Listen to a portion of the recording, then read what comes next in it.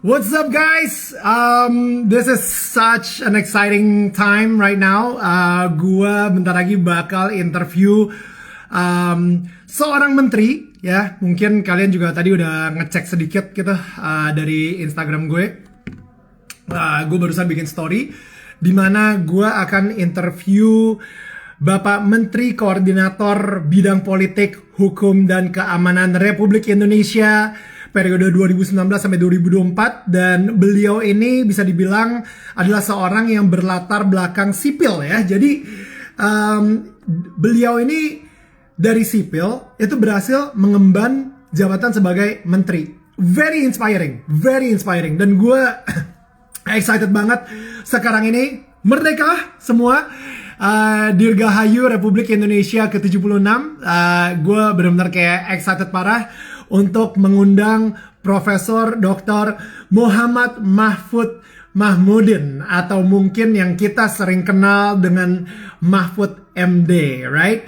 Pak Mahfud ini seorang politisi, akademisi, dan hakim juga gitu.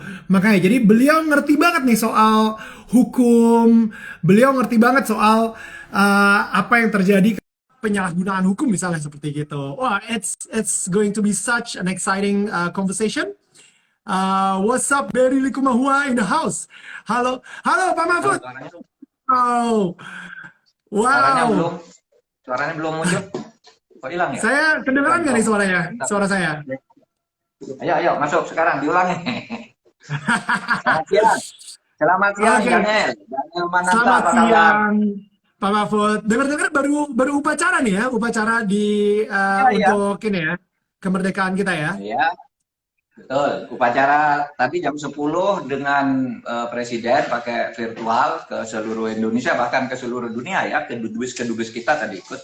Sesudah itu ya relax saja dengan para staff di sini tadi. Nyanyi-nyanyi lagu wajib lah gitu.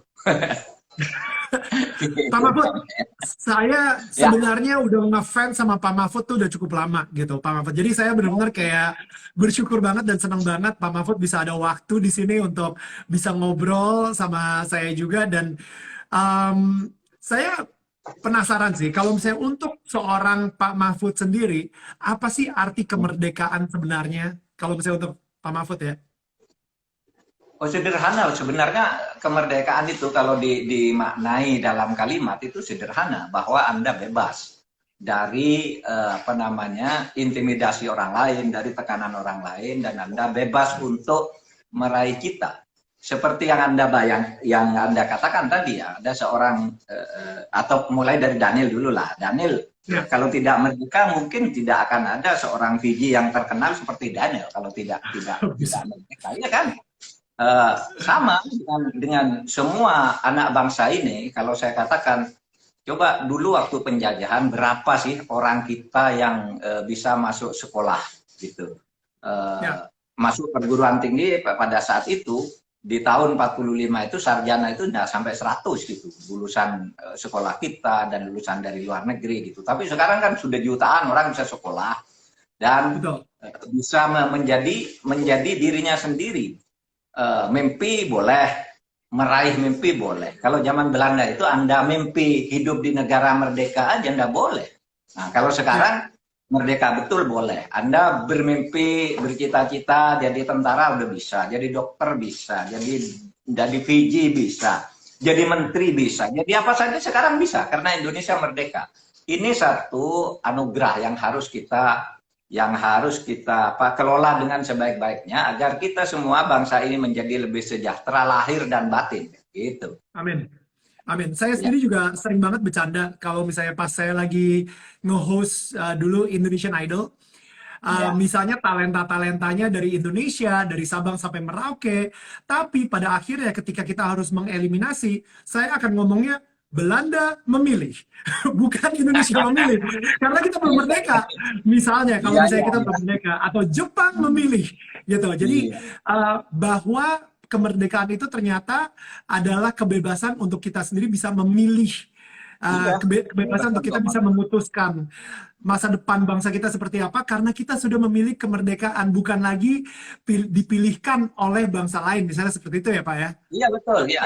Dan kita punya modal yang bagus untuk itu, Daniel. Karena apa? Karena eh, Indonesia ini adalah satu-satunya ya bangsa di dunia ini yang membangun kemerdekaan karena mengusir penjajahnya. Bersatu lalu Ya, mengusir.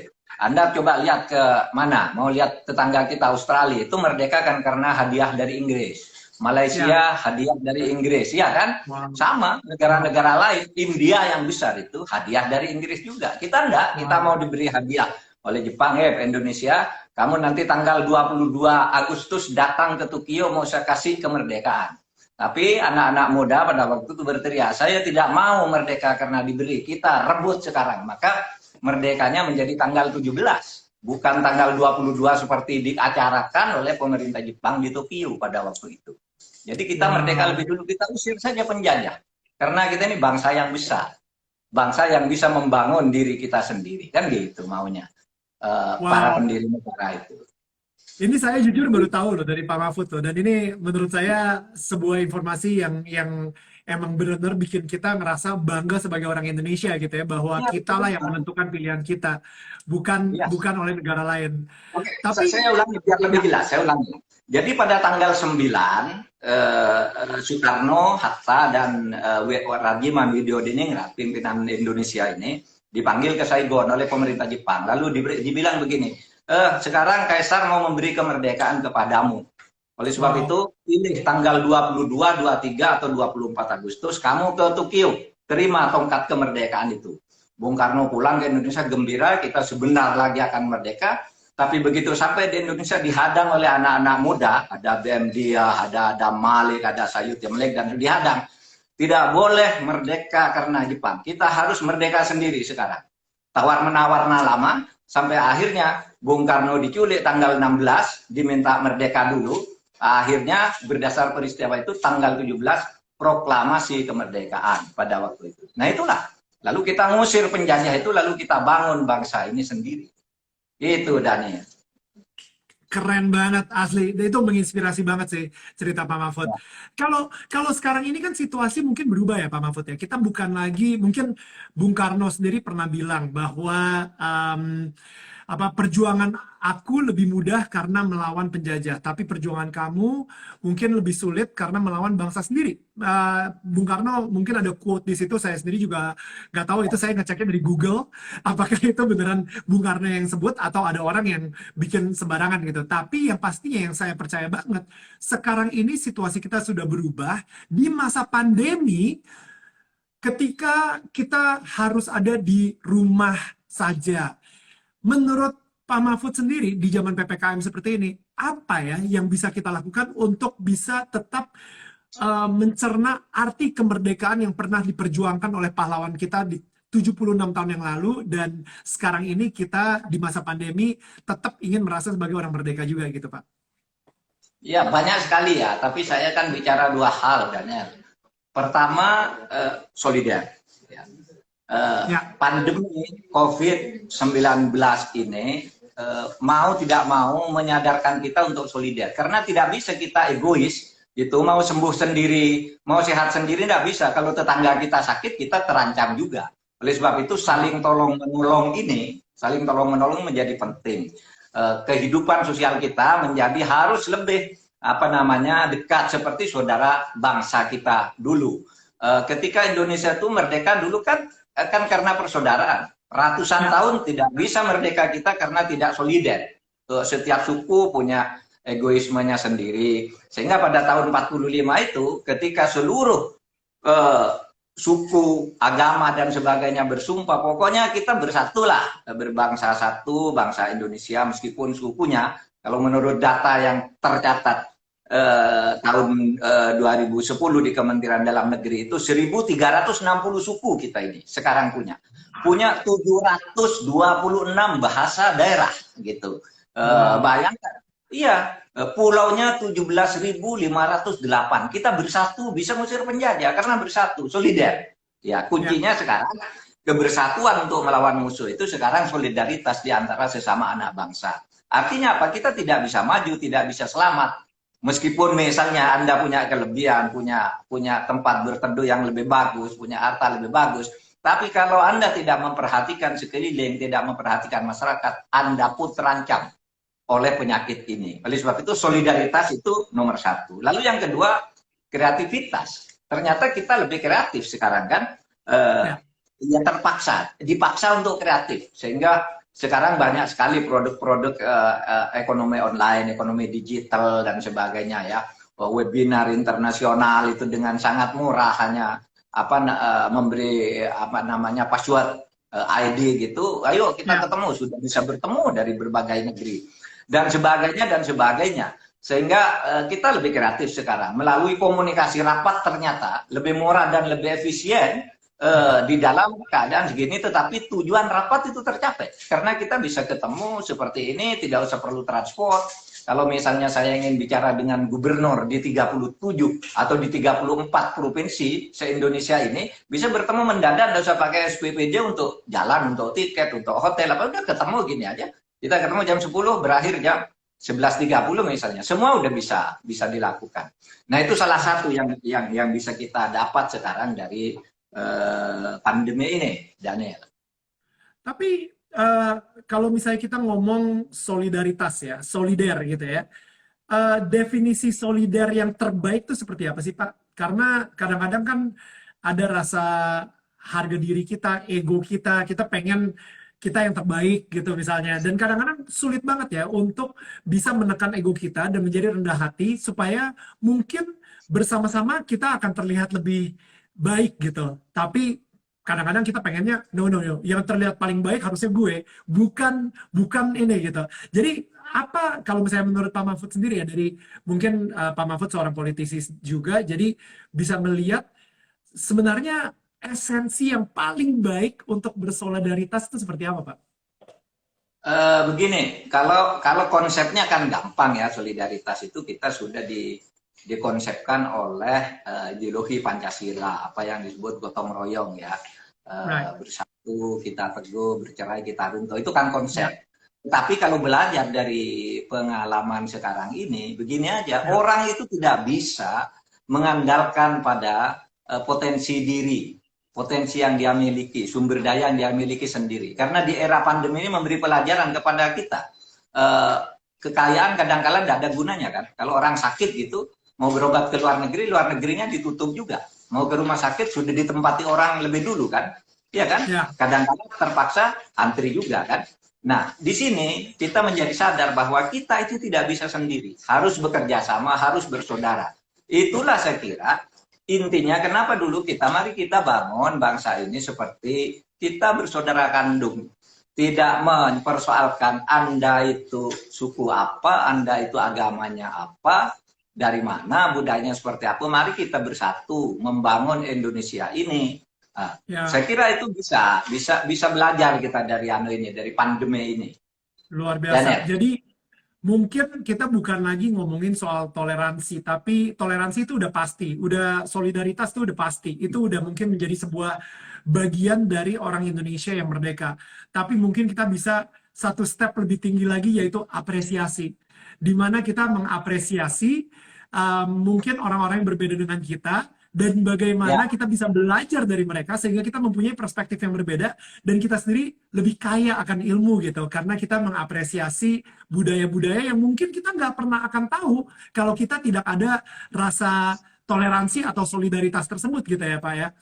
Luar biasa. Iya betul ini saya tambah ya data bagi anak muda seperti Anda dan generasi yang sebaya atau di bawahnya atau di atasnya itu. Misalnya ini saya baru dapat kemarin dari Menteri Kesehatan.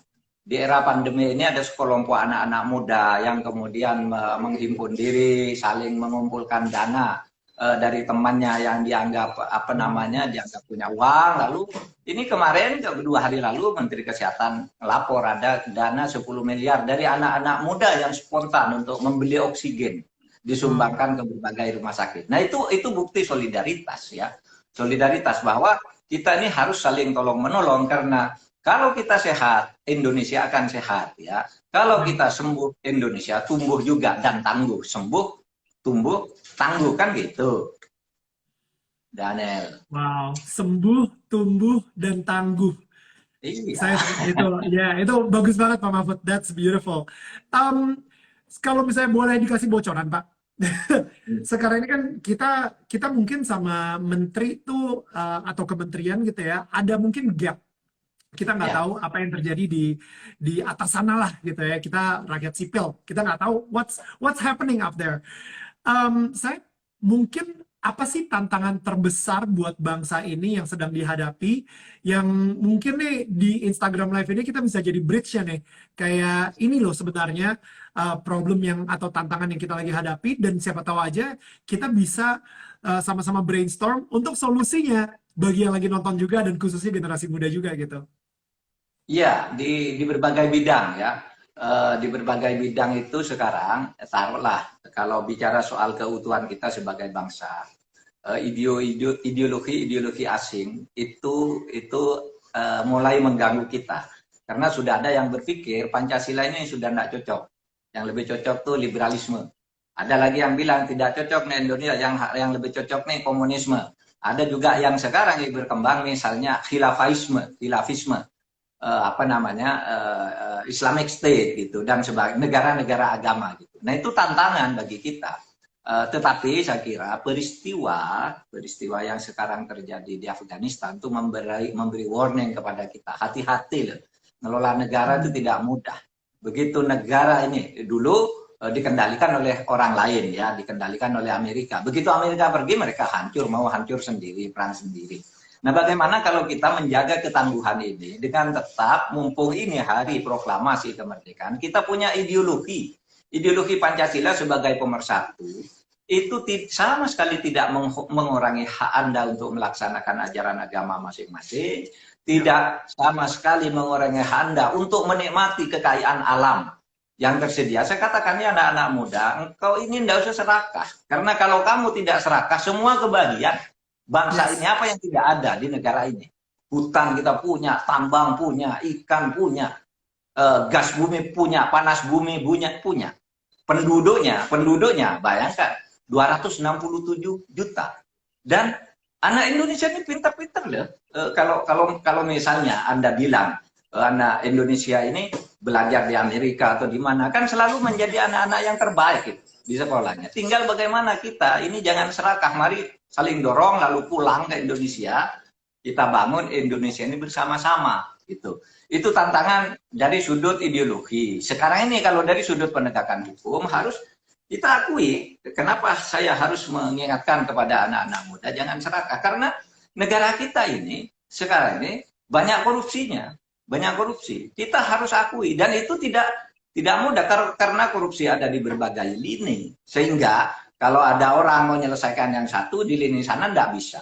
Ada lagi macam-macam lah kaitan-kaitannya dengan kekuatan-kekuatan lain, bahkan dengan alasan-alasan formal yang bisa dibangun.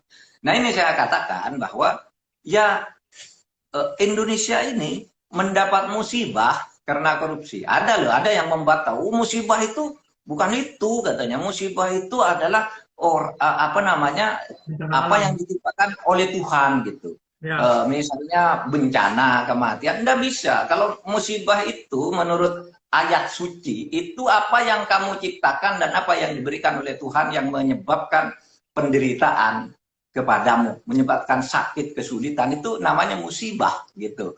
Sehingga dulu ketika kita membangun reformasi itu mengatakan Indonesia itu hancur karena ada musibah apa? Korupsi, musibah KKN, kan gitu dulu.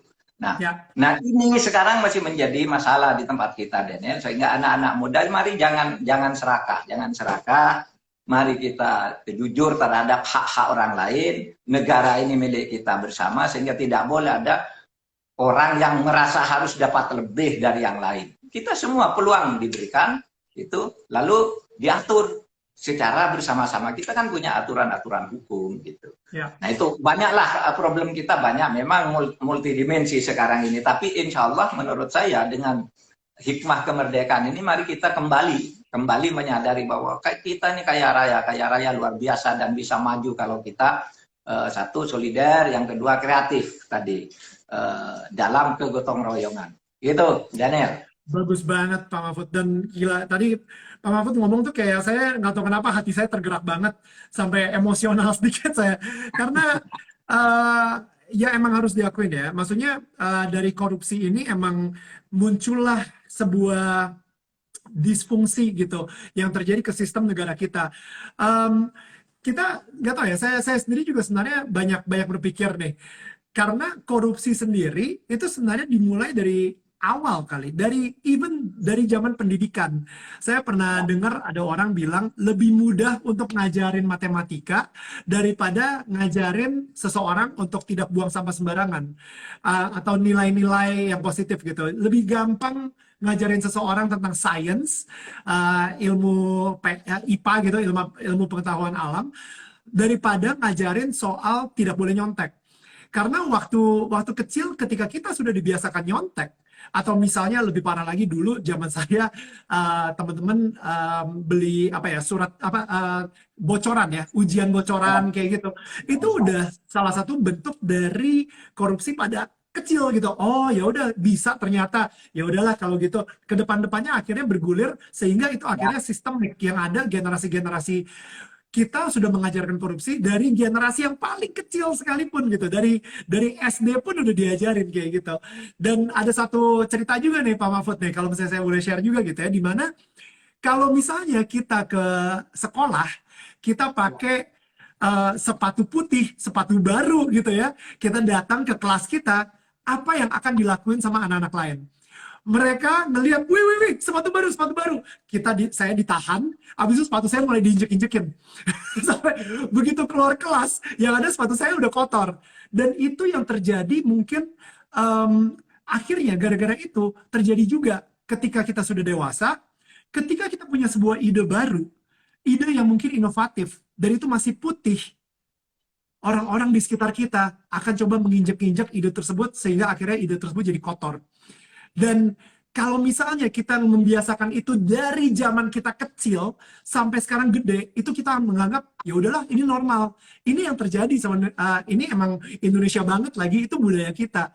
Padahal saya nggak tahu itu budaya dari mana. Tapi ketika seseorang naik dikit aja, sukses dikit aja, teman-temannya semuanya akan berusaha untuk menginjek-injek dia supaya dia kembali turun dan sama levelnya sama-sama yang lain. Ketika ada seseorang berhasil go internasional, ketika ada seseorang sukses, naik jabatan, naik gaji, yang julid-julid gitu di netizen-netizen misalnya seperti itu banyak banget karena mereka ngerasa insecure sama diri mereka sendiri. Mungkin bukan dibilang serakah, tapi lebih insecure kali ya. Gimana kalau misalnya menurut pandangan Pak Mahfud sendiri soal ini gitu? ya itu problem kita, problem dunia pendidikan kita, problem perkembangan masyarakat kita seperti itu. Tapi saya ingin beri referensi yang berbeda. Itu pengalaman Anda ya. Ya, Orang sudah ketika generasi Anda itu mungkin sudah hidup di dalam era yang sudah banyak dipengaruhi oleh materialisme, apa namanya, sikap materialistik. ya. Ketika saya sekolah dulu enggak seperti itu.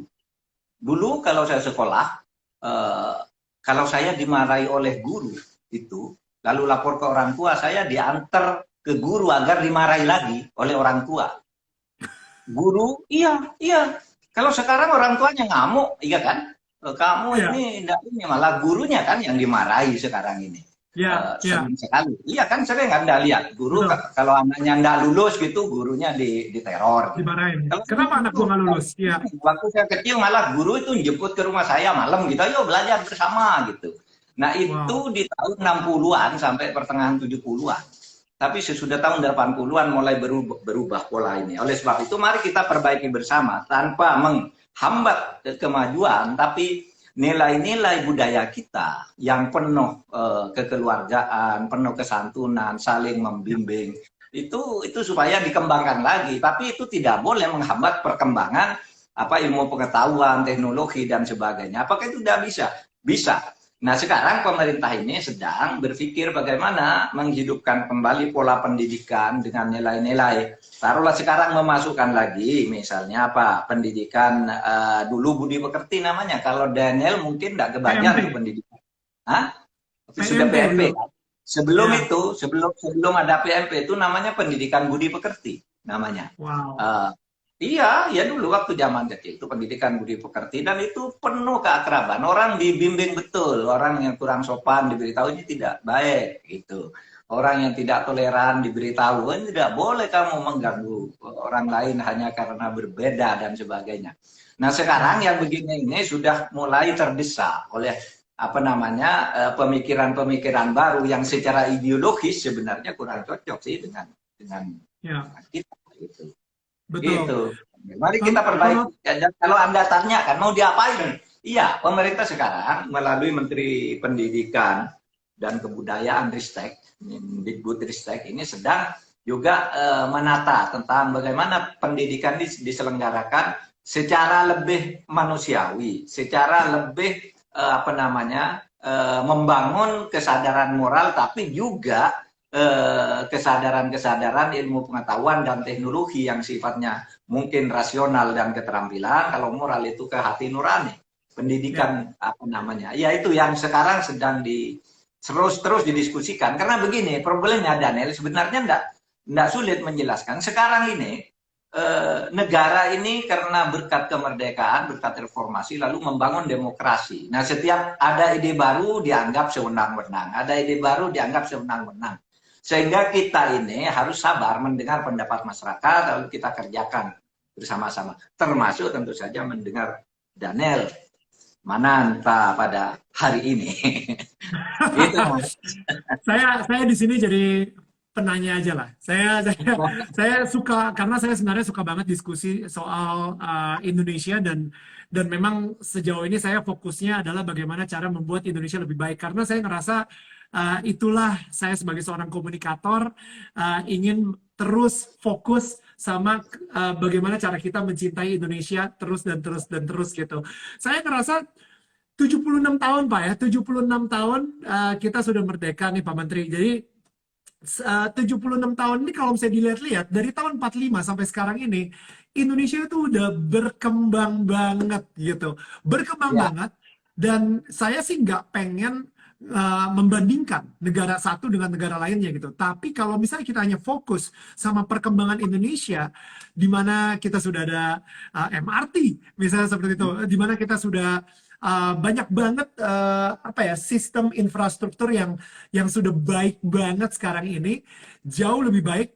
Bahkan tingkat kemacetan sendiri dulu sempat ada survei bahwa itu menurun drastis gitu dengan sistem-sistem yang diperlakukan pemerintah. Kalau misalnya menurut Pak Mahfud sendiri, perkembangan yang paling signifikan yang Pak Mahfud rasakan sejak mungkin ya selama 76 tahun merdeka itu apa Pak? Kira-kira menurut Pak Menteri sendiri?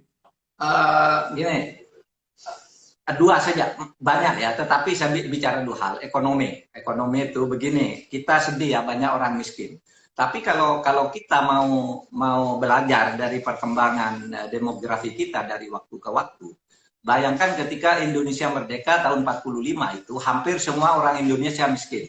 Yang tidak miskin itu hanya anak-anak priayi yang mampu ke sekolah-sekolah yang bekerja sama dengan Belanda. Itu tahun 45. Tapi Bung Karno tahun 66 jatuh itu orang miskin sudah tinggal 56%. Artinya apa? Artinya 44% dalam waktu 20 tahun itu sudah dihapus kemiskinan. Sehingga sudah banyak orang sekolah, orang ini. Ketika Pak Harto jatuh pada tahun kemarin itu tahun 99, orang miskin itu tinggal 18%. Wow. Terus sampai zaman reformasi berjalan ganti ke Habibie, Gus Dur, Mbak Mega, SBY berhenti, itu orang miskin itu tinggal 11,7%. Pak Jokowi jadi presiden tinggal 9,1%. Lalu ada pandemik setahun ini naik menjadi 10,4% lagi pada saat ini. Artinya apa? Itu kemajuan yang luar biasa. Oleh sebab itu sekarang jangan heran kantor-kantor pemerintah, sekolah dan semua profesor, militer, semuanya itu sudah orang kita semua dan masuk orang-orang yang sudah mampu secara ekonomi. Itu hikmah kemerdekaan yang kita ini. Nah, demokrasinya sekarang ini terutama di era reformasi ada kemajuan lagi. demokrasi bertumbuh pesat meskipun kadang-kala kebebasan, misalnya kebebasan berpendapat ya. Anda bicara di apa namanya di medsos dengan sewenang-wenang sekarang ini itu satu bentuk kebebasan. Tapi satu hal misalnya di era reformasi itu dulu Pak Harto ketika untuk membangun ekonomi itu demokrasi harus dibatasi dikit. Sehingga dulu kalau ada pemilu di zaman Pak Harto itu nggak usah pakai survei, Anda sudah tahu yang menang siapa. Gitu kan zaman Pak Harto itu. Setahun sebelum pemilu udah tahu Golkar dapat kursi sekian, presidennya ini nggak ada pemilu presiden. Nah sekarang kan orang sudah bisa survei sendiri-sendiri. Surveinya ngawur atau surveinya benar tidak ditangkap. Bahwa besok yang bisa jadi presiden itu menurut generasi muda misalnya Puan atau Ganjar atau Anies atau Daniel itu tidak ada orang protes. Kalau dulu orang udah berani mengatakan gitu. Nah sekarang orang sudah boleh mencalonkan diri gitu, bikin survei sendiri lalu diumumkan sendiri. Sekarang juga tidak apa-apa. Kalau dulu bisa, kalau ada kelebihan dulu bisa hilang. Nah sekarang ini ada satu kemajuan, tetapi sekarang ini kecenderungannya mulai ada cenderung kebablasan sehingga mari kita atur bersama-sama kebebasan ini agar kita bisa maju bersama-sama gitu. Betul. Maksud saya kalau misalnya orang emang suka nonton sinetron Ikatan Cinta ya nggak usah lah. Terlalu bebas pendapatnya untuk ngejulitin gitu maksud saya. Iya, iya, iya. Saya sih sebenarnya sih tidak terlalu sering nonton Ikatan Cinta, tapi saya sering nonton film yang lain lebih banyak. Gitu. Kebetulan. Saya nonton Ikatan Cinta tuh kebetulan aja waktu itu loh. Tapi saya ingin menyampaikan pesan, kok ada ya orang ngaku saya yang membunuh langsung dihukum ini, saya tanya sama istri, ini apa sih ini? Oh namanya ini, lalu saya cuit aja, lalu orang ribut, suka nonton Ikatan Cinta. Saya lebih banyak nonton film-film detektif. Dan saya nonton memang, di era-era ini, malam, pagi gitu ya, nonton aja, karena bisa belajar kita, terutama film-film tentang pengadilan. Tapi Daniel, saya enggak nonton film porno, enggak. Nah, kadang kalau kan ada orang tuh ngeritik itu suka nonton padahal dia sendiri langganan film porno. Saya enggak. Tapi Pak, mungkin ini pertanyaan terakhir aja Pak ya. 17 Agustus Pak, maksudnya kita merdeka sudah 76 tahun.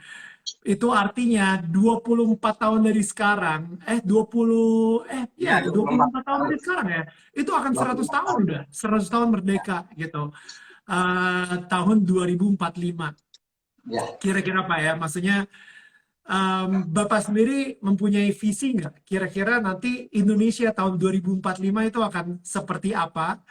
Dan mungkin apa kebiasaan-kebiasaan yang mungkin hari ini bisa kita lakuin supaya kita bisa mencapai visi tersebut di tahun 2045? Oke, begini, saya yang ilmiah saja ya. McKinsey itu juga sudah membuat analisis sejak zaman Pak SBY. Tahun 2045 itu kita akan menjadi Indonesia Emas. Indonesia Emas itu Indonesia yang makmur, di mana Indonesia akan menjadi salah satu dari 3 atau 4 negara besar di dunia secara ekonomi, yaitu China, India, Amerika, dan Indonesia atau Jepang. Di situ analisisnya. Gimana itu? Gimana itu ngitungnya? Ngitungnya gampang. Sekarang kita punya sarjana sekian, jumlah kelahiran tiap tahun sekian, nanti yang akan sekolah teknik pada tahun 2045 yang lulusan teknik industri sekian, dokter sekian, universitas sudah sekian, kekayaan alamnya sekian, itu sudah bisa dihitung dari sekarang. Kita akan menjadi negara yang disebut Indonesia Emas. Apa itu? Negara Indonesia Emas itu yaitu negara yang merdeka, bersatu, berdaulat, adil, dan makmur. Itu syaratnya. Oleh sebab itu, dari sekarang, kalau kita ingin betul negara ini masuk ke Indonesia Emas 100 tahun itu ya, pertama keadilan sekarang itu supaya betul-betul ditata. Karena kalau keadilan tidak diperbaiki, terus korupsi terus merajalela, itu gilangnya gimana pun negara itu pecah. Gitu. Orang yang tidak puas bikin jalan sendiri. Nah, oleh sebab itu tugas kita semua, bukan tugas saya, tugas Daniel dan generasinya, tugas pejabat lain dan generasinya, mari kita jaga negara ini dengan keadilan, kebersamaan yang berkeadilan itu kan penting. Kita mulai sekarang bangun. Karena Sumber daya alam kita udahlah, apa aja kita punya. Secara demografis, saya katakan tadi kita punya semua yang dibutuhkan untuk negara yang maju. Penduduk juga otaknya cerdas-cerdas. Orang Indonesia tinggal diberi kesempatan untuk sekolah, untuk menjadi sumber daya manusia yang berkualitas. Oleh sebab itu, kalau saya optimis, tahun 2045, insya Allah Indonesia itu mencapai Indonesia emas, karena saya mengikuti cara menghitungnya McKinsey dan lain-lain. Itu memang begitu. Dan Amin. Amin. Pak Menteri, saya berterima kasih sekali lagi buat waktunya. terima kasih. Ini pencerahan banget. Saya semakin semangat dan saya semakin optimis dan percaya bahwa kita sedang menuju ke Indonesia Emas di tahun 2045. Dan terima kasih sudah menginspirasi kami. Thank you banget, Pak Mahfud. Sukses terus. Doa Ya. saya buat Pak Mahfud juga. Ya, Dan salam kita semua untuk Anda. ketemu lagi di lain waktu, Pak. Terima kasih, Pak Mahfud. Thank you. Terima kasih, welcome. Baik, so gue pengen bilang again, what an honor, gue bisa ngobrol sama Profesor Dr. Muhammad Mahfud Mahmudin, Pak Mahfud MD, Menteri Koordinator Bidang Politik, Hukum, dan Keamanan. Dan ini benar-benar sesuatu yang membuka pikiran gue banget. Banyak banget hal-hal yang gue pelajarin, dan mudah-mudahan kalian sendiri juga mempelajari banyak hal juga dari beliau. Pak Mahfud, thank you sekali lagi. Thank you buat semua follower yang udah nonton. Kita ketemu lagi di lain waktu. Thank you, Pak. Mari, Pak. Yuk.